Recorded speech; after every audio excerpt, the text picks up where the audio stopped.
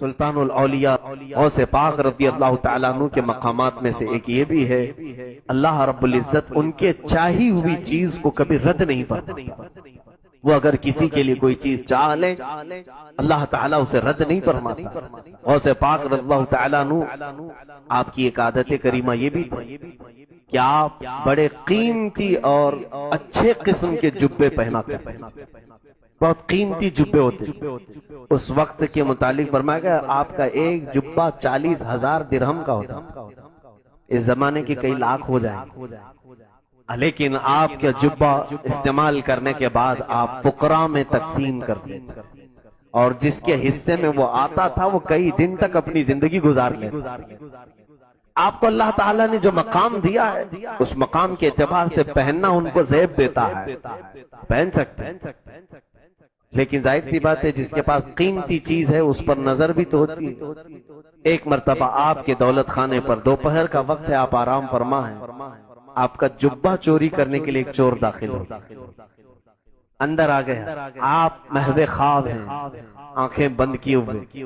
چور ہلکے قدموں سے اندر داخل ہوا اور دروازے کی اوٹ پر آپ کا جبہ لگا ہوا تھا، وہ اٹھانا ہی چاہ رہا تھا کہ اچانک دروازے پر کسی کے آنے کی خبر ہو،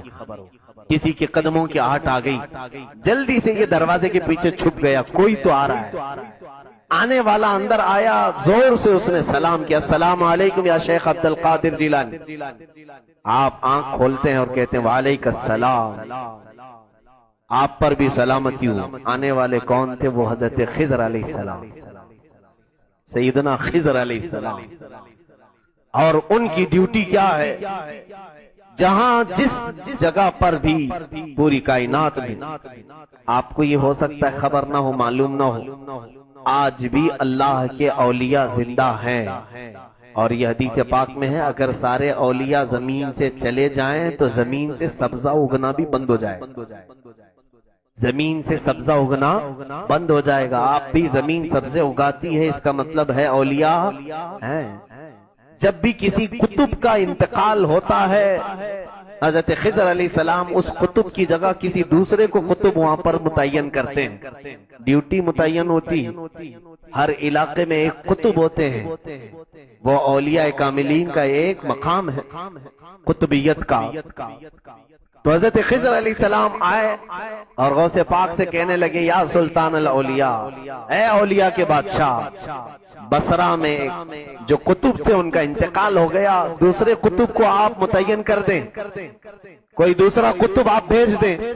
غوث پاک نے فرمایا وہ ہمارے دروازے کے پیچھے ایک قطب کھڑا ہے، اسے لے جائیں، جو دروازے کے پیچھے چھپا ہوا ہے اسے لے جائیں۔ حضرت خضر علیہ السلام نے دروازے کے پیچھے دیکھا تو یہ شخص جو چوری کرنے کے لیے گئے اب ان کی گھگی بن گئی، بالکل کپ کپی تاری ہو گئی، یہ کیا میرے ساتھ مذاق ہو رہا ہے، میں پکڑا گیا، اب میرے ساتھ کیا ہوگا۔ حضرت خضر علیہ السلام اس کا ہاتھ پکڑ کر کے باہر لاتے، وہ جبہ چھپایا ہی ہے، ابھی غوث پاک کا جو جبہ چرایا تھا وہ بغل میں چھپایا ہی ہے، ابھی بھی رکھا ہے۔ غوث پاک رضی اللہ تعالیٰ عنہ سے انہوں نے پوچھا ان صاحب کو لے جاؤں؟ غوث پاک نے کہا ہاں انہی کو لے جائیں، انہی کو لے جائیں۔ وہ رونے لگ گیا اور کہا کہ سلطان الاولیاء مجھے معاف کر دے، میں غلط نیت سے آپ کے گھر داخل ہوا تھا، میں غلط نیت سے آپ کے گھر داخل ہوا تھا، مجھے معاف کر دیں۔ غوث پاک رضی اللہ تعالیٰ عنہ نے فرمایا اللہ کا کوئی ولی مذاق نہیں کرتا، میں جو کہہ رہا ہوں وہ حق ہے، اللہ رب العزت تجھے وہ مقام عطا کرے گا، تو توبہ کر اور جا اس مقام پر۔ اس نے اسی وقت سچی توبہ کی، رویا، قدم غوث پکڑا، اس کے بعد پوچھنے لگا کہ حضور یہ بشارت، یہ انعام، یہ اکرام مجھ جیسے کو عطا کیوں ہوا؟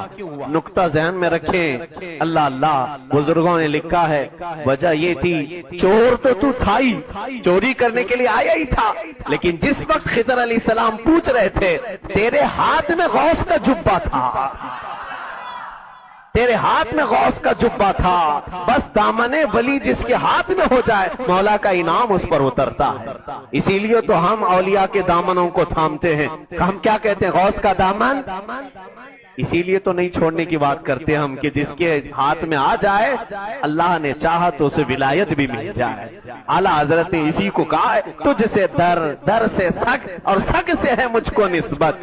میری گردن میں بھی ہے دور کا ڈورا تیرا، اس نشانی کے جو